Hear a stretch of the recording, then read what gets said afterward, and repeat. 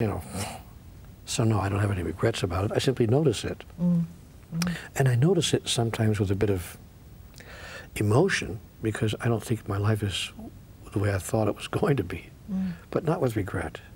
No, I can't regret something that's touched the lives of millions and millions of people, and many of those people have told me that it's touched their lives in such a positive way that it's changed their lives forever.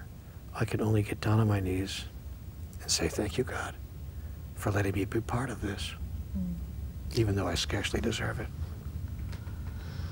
Well, we won't go down to that one because, gosh, having seen that movie, I had no idea you were homeless for that long and what you went through. Yeah, it was an interesting journey. Given the books that you've written and the life that you've been leading since writing those books,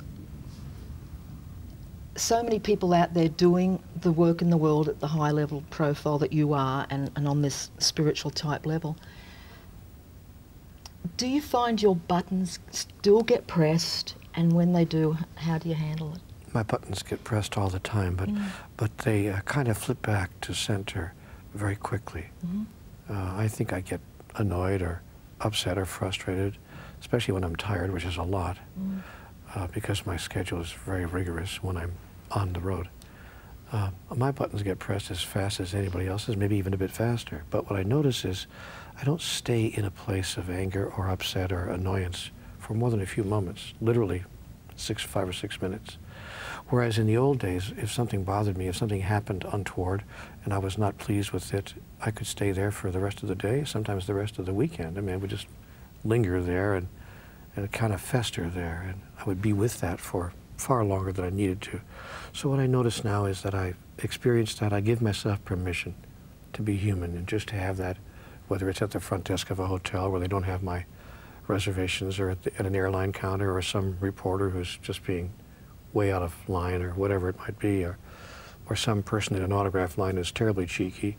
They've been told bring 2 books and they put 8 or 10, I mean literally a shopping bag full, say, would you mind, Mr. Walsh? And I sometimes take a deep breath and say, well, actually, you're a bit out of bounds. There's a whole line of people here, 150 people, and, you know, how about if I do 2, you know? I find myself getting annoyed like anybody else, but Robin, I've learned to move through that very, very quickly.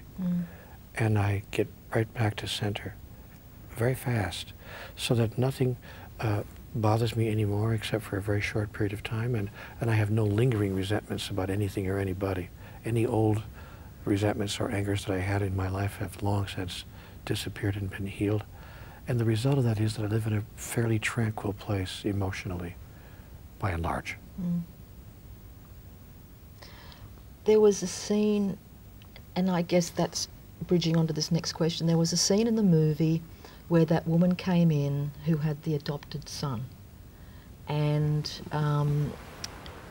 found out that he was adopted, and they said, well, when you're 18, we will find your mum. And of course he had the motorbike accident. Excuse me. Yep. And passed away. And when she came in to the talk that you were giving, and you found yourself saying to her, because she couldn't make sense of it all, his mother passed away 2 years prior, and he was meeting his mum. Yeah. And according to the movie, that was such a shock for you. It's like, where did that information come from? That happened exactly that way. Yep. It wasn't at a bookstore, it was at a retreat.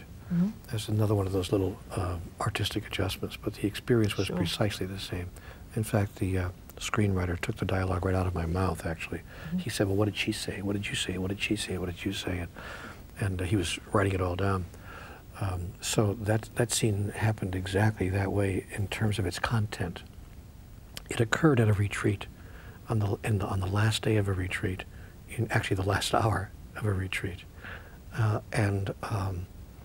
They placed it at a bookstore because it was easier to film rather than try to find a retreat center and put 80 or 100 people in there and get all the extras and all the lighting and stuff. So it was far easier for them to go to this bookstore where they were shooting a previous scene anyway.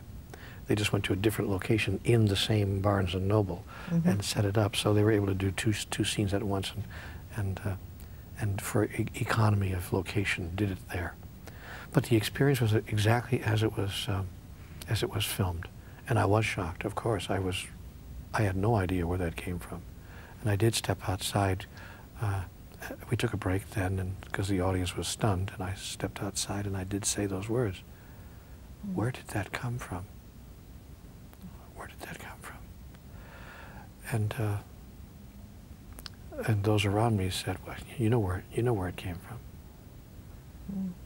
I said, okay, well then, book the extra days in Russia. That actually happened just that way. I was planning to do a European tour, and someone from Russia had asked if I could squeeze in 4 or 5 days in Moscow, since I was so close, relatively speaking. And I was upset about that. I said, come on, I've been gone already enough. But after that happened, I realized that my life was not about going bowling or cutting the grass or having a Barbie out and back. It was about going to Russia. Okay, we'll take a break because I'd like to ask some more around that particular incident. Back with you.